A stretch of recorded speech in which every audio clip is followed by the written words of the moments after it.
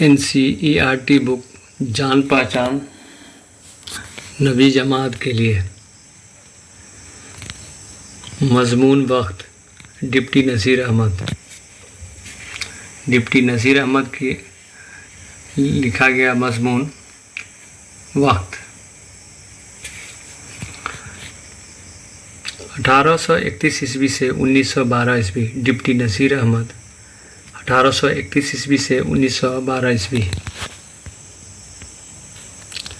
Deputy Naseer Ahmad Uttar Pradesh के ज़िला बिजनौर, तहसील नगीना के एक छोटे से गांव रिहड़ में पैदा हुए। डिप्टी नसीर अहमद उत्तर प्रदेश के ज़िला बिजनौर, तहसील नगीना के एक छोटे से गांव रिहड़ में पैदा हुए। वालिद का नाम मौलवी सआदत अली था। नसीर अहमद की इब्तदाई तालीम बिजनौर, मुजफ्फरनगर और दिल्ली में हुई। आला तालीम दिल्ली कॉलेज में हुई, जो अब ज़ाकिर हुसैन कॉलेज के नाम से मशहूर है। 1854 ईस्वी में तालीम से फ़राग़त के बाद उन्होंने पंजाब के एक मदरसे में मुदर्रिसी का पेशा इख्तियार किया। अंग्रेज़ हुकूमत ने इनकी खिदमत के एतराफ़ में इन्हें शम्सुल उलमा का खिताब दिया। 1902 ईस्वी में एडम्बर यूनिवर्सिटी ने LL.D की डिग्री तफवीज़ की। डिप्टी नसीर अहमद तर्जुमा निगार, अदीब, नोवेल निगार और मुक़र्रिर भी थे। उर्दू अदब में इनकी सबसे बड़ी अहमियत ये है कि वो उर्दू के पहले नावल निगार हैं। मिरअतुल उरूस, बिनातुन नाश, तौबतुन नसूह और इब्नुल वक्त इनके अहम नावल हैं। उनके नावल हकीकत पसंदी, अखलाकी तरबियत और दिलचस्प किरदारों से भरपूर है। लहजा पुरजोश और असर अंगेज़ है। वक्त।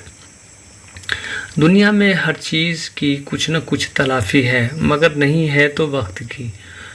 जो घड़ी गुज़र गई वो किसी तरह तुम्हारे काबू में नहीं आ सकती, और वक्त के गुज़र जाने पर गौर करें तो इसे किसी चीज़ के साथ तशबीह नहीं दी जा सकती। वक्त रेल से ज़्यादा तेज़ है, हवा से बढ़कर उड़ने वाला, बिजली से सिवा भागने वाला, और दबे पाँव निकला जाता है कि खबर नहीं होती। सुबह हुई, सोकर उठे, जब तक मामूली ज़रूरतों से फ़राग़त हासिल करो, ज़रा नाश्ता वगैरह खाओ पियो, फिर दिन चढ़ाया, फिर घड़ी दो घड़ी इधर उधर उठे बैठे, गपशप उड़ाई तो 10 बजने को आए। मदरसा जाने को देर होती है, जल्द खाया पिया, मदरसे गए, वहाँ दोस्तों से हंसी मजाक करते रहे। उस्ताद की ताकीद से 2-1 मरतबा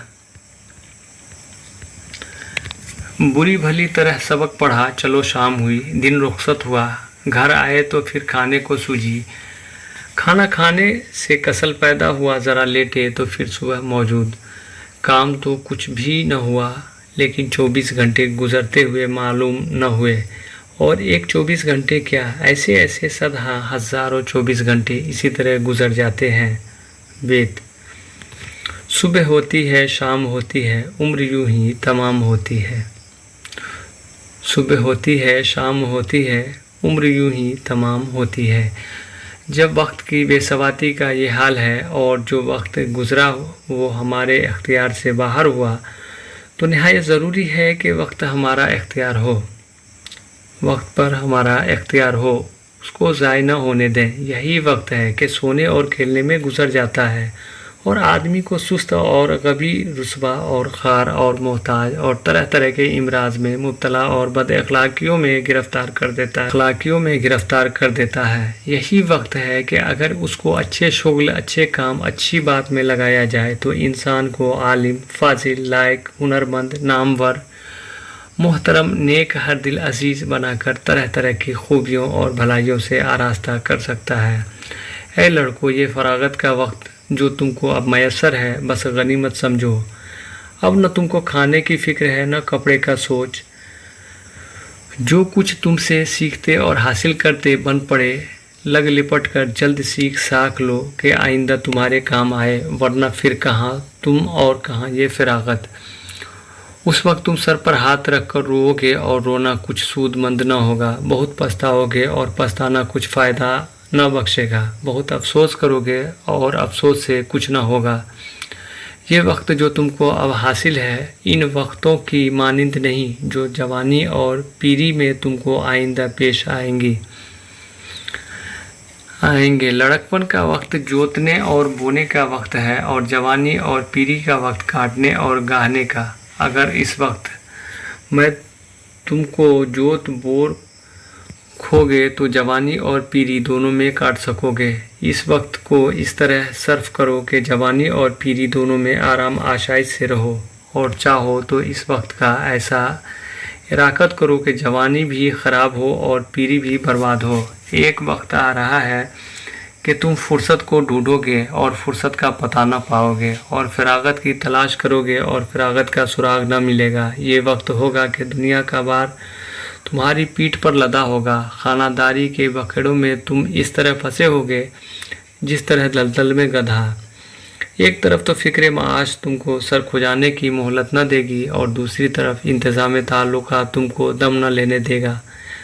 اس وقت کسب کمال کا کیا مذکور، اگر حواس بجا رکھ کر انہی کاموں سے عہدہ بر آؤ جاؤ تو صد آفرین۔ بس یہ خیال ہرگز اپنے دل میں مت آنے دو کہ ابھی سیکھنے کا بہت وقت آ رہا ہے۔ ایسی کیا بھاگڑ مچی ہے کہ رات دن لکھنے پڑھنے کے پیچھے مر مٹے۔ اگلا حال کچھ کسی کو معلوم نہیں، کون جانے کی تندرستی رہے نہ رہے، زمانہ فرصت دے یا نہ دے۔ یہ سب سامان جو اب میسر ہیں، میسر ہوں یا نہ ہو، بے شک وقت کی قدر و قیمت اور اس کی بھاگا بھاگ تو یہی چاہتی ہے کہ تم خواب و خور اپنے اوپر حرام کر کے رات دن کتاب پر سے سر نہ اٹھاؤ۔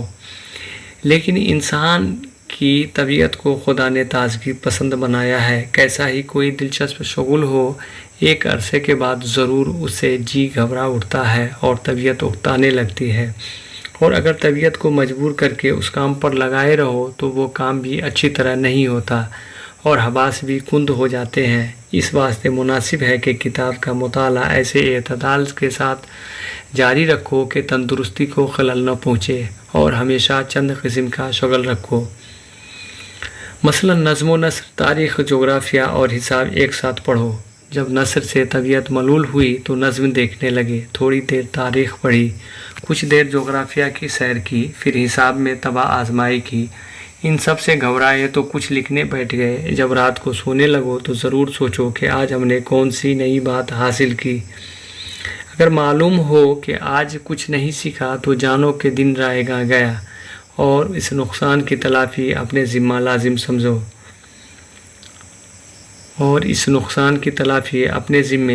سمجھو۔